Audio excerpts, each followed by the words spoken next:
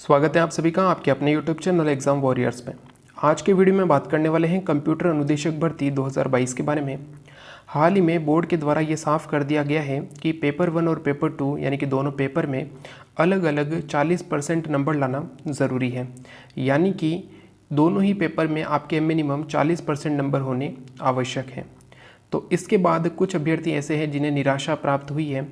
ये अभ्यर्थी वो हैं जिनके 35 नंबर से तो प्लस है लेकिन 40 से कम है। इन अभ्यर्थियों को थोड़ी सी आशा थी कि अगर बोर्ड चाहेगा तो 40% को 35% कर दिया जाएगा या दोनों ही पेपर का मिलाकर 40% कर दिया जाए, यानी कि दोनों ही पेपर के मिलाकर जिनके भी 80% से ऊपर नंबर मतलब 80 मार्क्स से ऊपर नंबर हैं उन्हें पास कर दिया जाएगा। लेकिन बोर्ड के द्वारा भी ये साफ कर दिया गया है कि 40% दोनों पेपर में अलग अलग लाना ज़रूरी है। तो यहाँ पर हम बात करेंगे उन कैंडिडेट को अब क्या करना है, इसके बारे में मैंने आपको पहले भी बताया था। लेकिन अब जो इसकी आंसर की है वो बहुत जल्द आने वाली है। इसके आंसर की लास्ट 15 तारीख तक जारी कर दी जाएगी, उससे पहले भी जारी हो सकती है लेकिन लास्ट 15 जुलाई तक आपकी आंसर की जारी हो जाएगी। तो ये जो आंसर की जारी होगी, एक बार आंसर की जारी होने के पश्चात आपको 2 से 3 दिन का समय दिया जाएगा ऑब्जेक्शन का, ठीक है। तो इससे पहले आपको क्या करना है इसके बारे में हम बात करेंगे। तो बोर्ड के अनुसार प्रत्येक पेपर में 40% नंबर आवश्यक है। 35 से 40 के जो मध्य अभ्यर्थी हैं इन्हें क्या करना है इसके बारे में हम बात करेंगे, क्योंकि यहाँ पर अधिकतर कैंडिडेट यानी कई ऐसे कैंडिडेट हैं जिनके 35 से तो प्लस है। ये किस आधार पे, तो उन्होंने कोई ना कोई आंसर की मिलाई है, वो किसी यूट्यूब चैनल पे या किसी और माध्यम से उन्होंने आंसर की मिलाई है और उसके आधार पर उनके 35 से तो ज़्यादा नंबर है लेकिन 40 से कम है। तो इनको थोड़ी आशा थी कि बोर्ड अगर चाहेगा तो इन्हें पास कर दिया जाएगा, लेकिन ऐसा नहीं है। तो अब इन्हें क्या करना है, तो अब सिंपल सी चीज़ है कि जब आंसर की आएगी तब सबसे पहले तो ये देखना है कि इस आंसर की में बोर्ड के द्वारा कितने क्वेश्चन डिलीट किए जाते हैं, क्योंकि आप सभी ने अपनी आंसर की मिलाई है किसी भी चैनल से, वहाँ पर आपको बताया गया होगा कि इस क्वेश्चन के ये 2 आंसर सही हो सकते हैं या जो भी है वो कहा गया हो, क्योंकि वो भी टीचर है, उन्हें भी थोड़ा बहुत ज्ञान है इस बारे में। तो उन्होंने ये ज़रूर कहा है 2 से 3 क्वेश्चन के लिए, ठीक है, कि यहाँ पर ये क्वेश्चन डिलीट होने चाहिए क्योंकि ये क्वेश्चन यहाँ पर गलत है। तो आप सभी ने अपने आंसर की मिलाई होगी। तो उससे पहले यानी कि जब आंसर की आती है, फाइनल आंसर की आएगी, यानी कि जो भी आंसर की जारी होगी बोर्ड के द्वारा, उससे पहले आपको इन क्वेश्चन की थोड़ी जांच कर लेनी होगी कि ये क्वेश्चन वास्तविक में गलत है या नहीं है।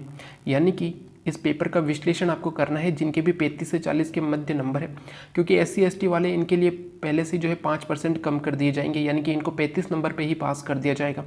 लेकिन वो अभ्यर्थी जिनके मिनिमम 40 लाना आवश्यक है, जैसे कि general, OBC, MBC, EWS category के, तो इन्हें क्या करना है, इन्हें इस पेपर का विश्लेषण करना है। जो भी क्वेश्चन गलत लग रहे हैं तो उनका पहले से ही उन्हें ऑब्जेक्शन के लिए कोई प्रमाण जुटाना आवश्यक है, क्योंकि आंसर के आने के बाद आपको 2 से 3 दिन का समय मिल पाएगा।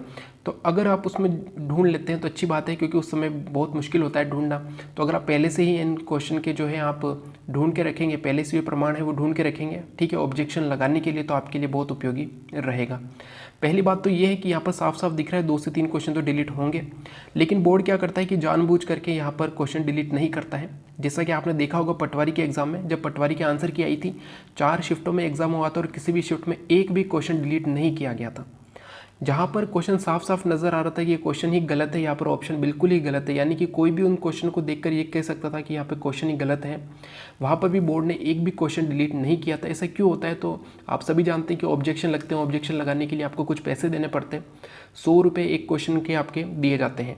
तो कई कैंडिडेट जो पास होने वाले होते हैं वो ज़रूर ऑब्जेक्शन करते हैं, तो इससे थोड़ी बहुत कमाई जो है, थोड़ी बहुत तो क्या बहुत बड़ी मात्रा में बोर्ड को कमाई हो जाती है। इसलिए बोर्ड जानबूझ करके जो क्वेश्चन डिलीट नहीं करता है, क्योंकि जब पहली बार क्वेश्चन डिलीट नहीं हुए इसका मतलब बोर्ड के द्वारा ये कहा गया है कि आंसर की में क्वेश्चन डिलीट नहीं है, इसका मतलब क्वेश्चन सही है।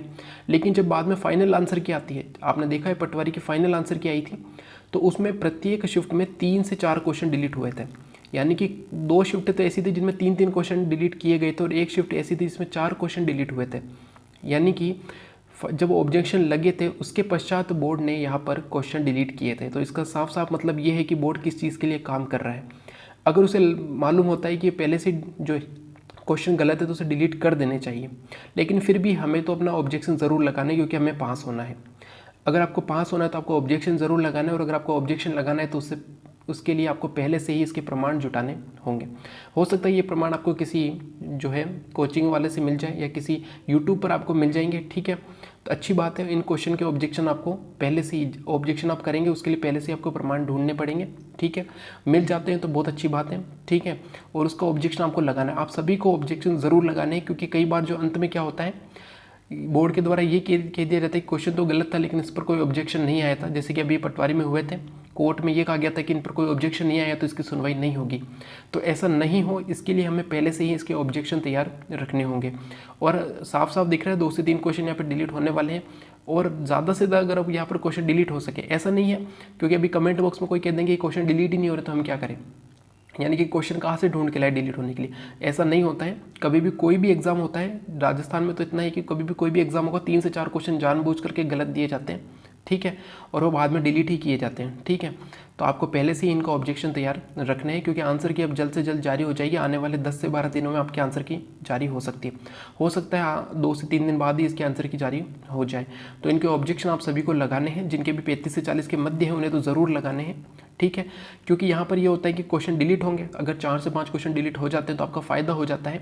आपको फ़ायदा किस प्रकार होता है, तो वहाँ पर एक क्वेश्चन का जो वैल्यू है वो बढ़ जाती है और उसके बाद आपके नंबर बढ़ते हैं, ठीक है। तो जो भी 35 से 40 के बीच में है उन्हें तो ज़रूर ऑब्जेक्शन लगाने हैं। तो ये था हमारा वीडियो। अगर आपको वीडियो अच्छा लगे और जो भी इसमें मैंने आपको बताया वो आपको ज़रूर करना है, अगर आप 35 से 40 के बीच में है। क्योंकि यहाँ पर दूसरी चीज़ ये है कि अगर यहाँ पर सीटें खाली रह जाती है तो क्या होगा। देखिए, सबसे बड़ी बात यह है कि राजस्थान में कोई भी एग्ज़ाम होता है तो वो सही ढंग से तो होता है नहीं, फर्जीवाड़ा बहुत ज़्यादा होता है। तो यहाँ पर भी ऐसा देखने को मिलेगा कि मान लीजिए 10,000 सीटें, इनमें से 7,000 सीटें ही भरी गई है, ठीक है। जिनके 40-40 नंबर आ रहे थे उनसे 7,000 सीटें भरी गई, बाकी जो 3,000 खाली रह गई है, तो हो सकता है इसमें से कई सीटें या पूरी की पूरी सीटें ही यहाँ पर बेच दी जाए। वो कैसे क्या होता है आप सभी को मालूम है, वापस सिर्फ नंबर चढ़ाए जाते हैं, OMR भरी जाती है। जो भी तरीका है उसके तरीके के हिसाब से यहाँ पर जो है एक प्रकार से सीटों को फुल कर दिया जाएगा। तो बाद में जाते जाते ये भी नहीं पता चलेगा कितने अभ्यर्थी तो 40-40 लाए थे, कितने नहीं लाए थे और कितने जो है सीटें खाली रह गई है, इसका कोई भी प्रमाण आपको नहीं मिलता है। ताकि जो है आने वाले समय में आपको ये भी अनुमान नहीं लग सके कि अभी जो सीटें खाली रह गई क्या इस पर फिर से भर्ती आएगी, कब आएगी, ठीक है। क्योंकि ये इन सीटों को भर दिया जाएगा, क्योंकि किसी को भी नहीं मालूम है कि 40-40 लाने वाले कितने हैं, ठीक है। और जहाँ तक अभी इतना लग रहा है, जनमत जो कह रहा है कि इसके हिसाब से पूरे कैंडिडेट नहीं मिलने वाले हैं जिनके 40 नंबर दोनों पेपर में अलग अलग रूप से आ रहे हैं। तो यहाँ पर आपको क्या करना है, सबसे मेन बात जो है वो मैंने आपसे कह दी है कि आपको यहाँ पर क्या करना है। आप इस पर अभी से तैयारी रखिएगा। आपको करना कुछ नहीं, पेपर लेना है, उसमें जो क्वेश्चन में आपको डाउट लग रहा है, जो क्वेश्चन आपने सुने हैं कि ये क्वेश्चन डिलीट है, आपने कहीं पर देखे हैं, ठीक है, उस आधार पे आपको उनको टिक करना है। और हो सके तो उनके पहले ही आपको प्रमाण रखने हैं, यानी कि जो क्वेश्चन गलत है वो गलत किस कारण से वो आपको पहले से ही रखना है, ठीक है। और जैसे ही ऑब्जेक्शन आएगा आप वो ऑब्जेक्शन ज़रूर लगाना है।